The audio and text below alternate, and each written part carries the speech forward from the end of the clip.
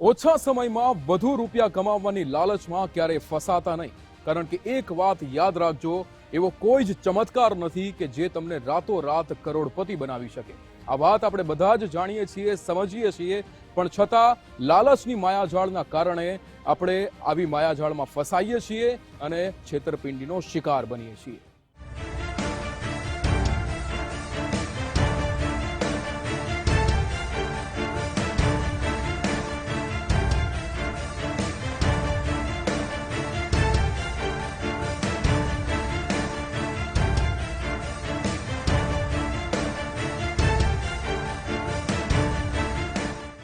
FinCap 24 Certificate of Investment. Investor name Mr. Sandeep Panchal. Amount of investment 2 lakh રૂપિયા. Monthly payment 20,000 રૂપિયા. Total payment month 20 month. આવા એક બે નહીં પણ અનેક લોકો છે જેમને 6 મહિનામાં 25% વળતર અને 40 મહિનામાં ડબલ રૂપિયા કરવાની લાલચ અપાઈ હતી. અમદાવાદના વાડજ વિસ્તારમાં FinCap 24 કંપનીનો પ્રોપરાઇટર ડેનિશ મકવાણા લોકોને આવી લોભામણી સ્કીમો આપી.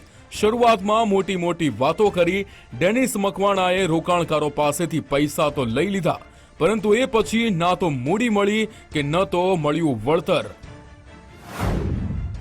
અમદાવાદમાં ઇન્વેસ્ટમેન્ટના નામે ચીટિંગ. ઓછા સમયમાં વધુ રૂપિયા મેળવવાની લાલચ પડી ભારે.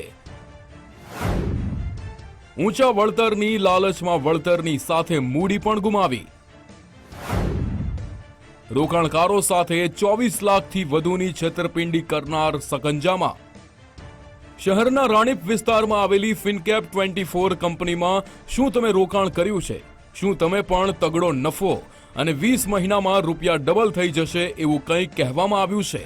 જો હા, તો આ અહેવાલ જોઈ લો, એટલે તમને પણ સમજાઈ જશે કે શોર્ટ ટાઈમમાં વધુ રૂપિયા કમાવવાની લાલચમાં તમે જે રૂપિયા ડેનિશ મકવાણાને આપ્યા છે તે ભૂલી જજો.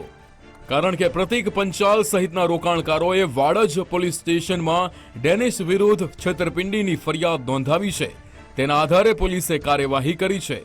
એ ઓફિસના નામે અમુક ડોક્યુમેન્ટ્સ બનાવીને લોકોને વોટ્સએપ કરતો હતો અને એ વોટ્સએપમાં એ લોભામણી જાહેરાતો આપતો કે જેમ કે 100 મહિનામાં 25% રિટર્ન સાથેનું તમને મળશે.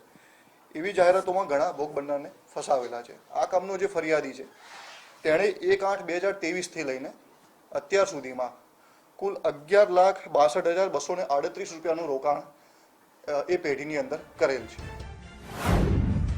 ડબલ રૂપિયાની લાલચમાં રોકાણકારોને રોવાનો વારો. પોલીસ તપાસમાં સામે આવ્યું છે કે વર્ષ 2023માં આરોપી ડેનિસે FinCap 24 નામની કંપનીની ઓફિસ શરૂ કરી હતી. તે વોટ્સએપના માધ્યમથી તેની કંપનીમાં રોકાણ કરવા લોકોને આકર્ષક સ્કીમો આપતો હતો. ડેનિસ 6 મહિનામાં 25% અને 40 મહિનામાં ડબલ રૂપિયા કરવાની લાલચ આપતો હતો. આવી અલગ અલગ 3 થી 4 જેટલી સ્કીમો પોસ્ટરના માધ્યમથી મિત્રો અને પરિચિતોને મોકલતો હતો. આરોપી ડેનિસ સોશિયલ મીડિયા કે સમાચાર પત્રોના માધ્યમથી કોઈ જાહેરાત આપતો ન હતો, પરંતુ મોબાઈલમાં જેમના નંબર સેવ હોય તે લોકોને અલગ અલગ સ્કીમના પોસ્ટર બનાવી વોટ્સએપ કરતો હતો. લોકોને તેમાં રોકાણ કરાવતો હતો.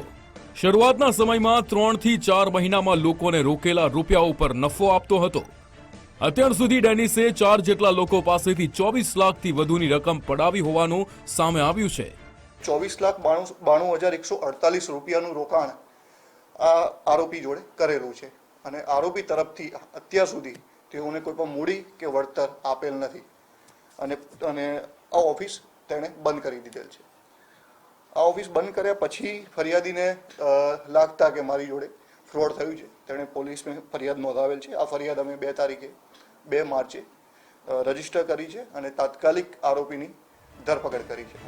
ડેનિસ વિરુદ્ધ અગાઉ પણ CID ક્રાઇમમાં છેતરપિંડીની ફરિયાદ નોંધાઈ ચૂકી છે. જો કે વાડજ પોલીસે છેતરપિંડીની સાથે ખોટી રીતે ડોક્યુમેન્ટ બનાવવાની કલમનો પણ ઉમેરો કરવામાં આવ્યો છે.